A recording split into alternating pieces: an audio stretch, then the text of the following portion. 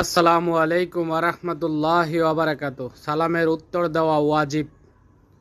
দোয়া কবুলের বিশেষ সময়সমূহ নিজে জানবেন, শেয়ার করে অপরকে জানার সুযোগ করে দিবেন। আপনার একটা শেয়ারে লক্ষ কোটি মানুষ জানবে।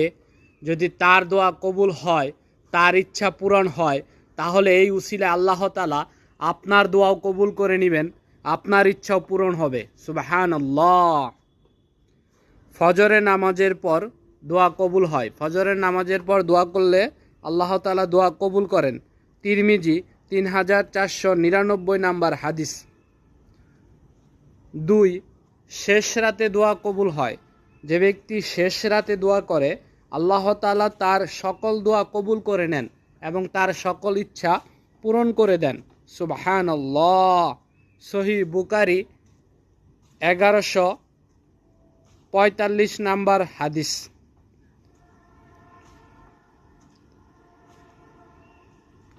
আজান ও একাবাতের মধ্যবর্তী সময় দোয়া কবুল হয়। সুবহানাল্লাহ। যখন আজান হয়, আমরা নামাজের জন্য অপেক্ষা করি। ইমাম সাহেব দাঁড়ানোর আগে মুয়াজ্জিন সাহেব যে একাবত দেয়, তার আগে আল্লাহ তাআলা দোয়া করলে দোয়া কবুল করেন। আবু দাউদ 521 নাম্বার হাদিস। আল্লাহ তাআলা আমাদেরকে জানার সুযোগ দিক, আমিন। ফরজ নামাজের সময় দোয়া কবুল হয়। ফরজ নামাজের পর অথবা ফরজ নামাজের সময় দোয়া আল্লাহ তাআলা দোয়া কবুল করেন। সুবহানাল্লাহ। আবু দাউদ 2540 নাম্বার হাদিস।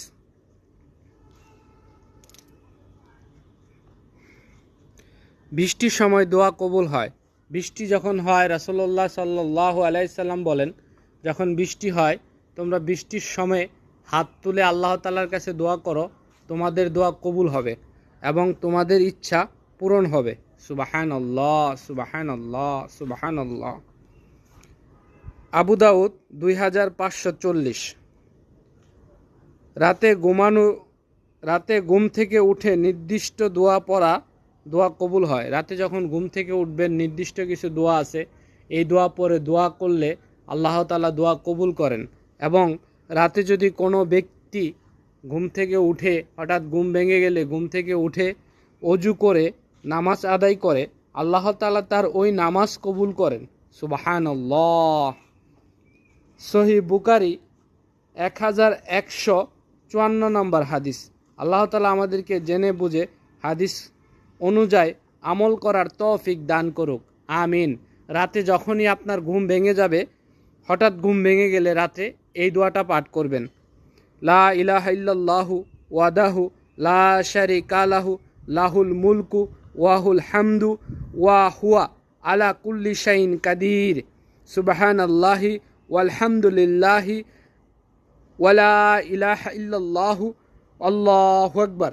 এই দোয়া করলে আল্লাহ তাআলা আপনার দোয়া কবুল করবে। সুবহানাল্লাহ, সুবহানাল্লাহ। আল্লাহ তাআলা আমাদেরকে জেনে বুঝে আমল করার তৌফিক দান করুক, আমিন। আপনার একটা শেয়ারে লক্ষ কোটি মানুষ ইসলামের এই সকল তথ্য জানবে, আমল করার সুযোগ পাবে।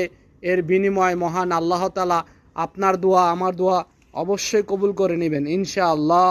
অবশ্যই ঘুমানোর আগে ইস্তেগফার পাঠ করে নেবেন, আয়াতুল কুরসি পাঠ করবেন এবং 33 বার সুবহানাল্লাহ, 33 বার আলহামদুলিল্লাহ, 33 বার 34 বার আল্লাহু আকবার পাঠ করে ঘুমাবেন ইনশাআল্লাহ। ভালো থাকবেন, সুস্থ থাকবেন, নিরাপদে থাকবেন।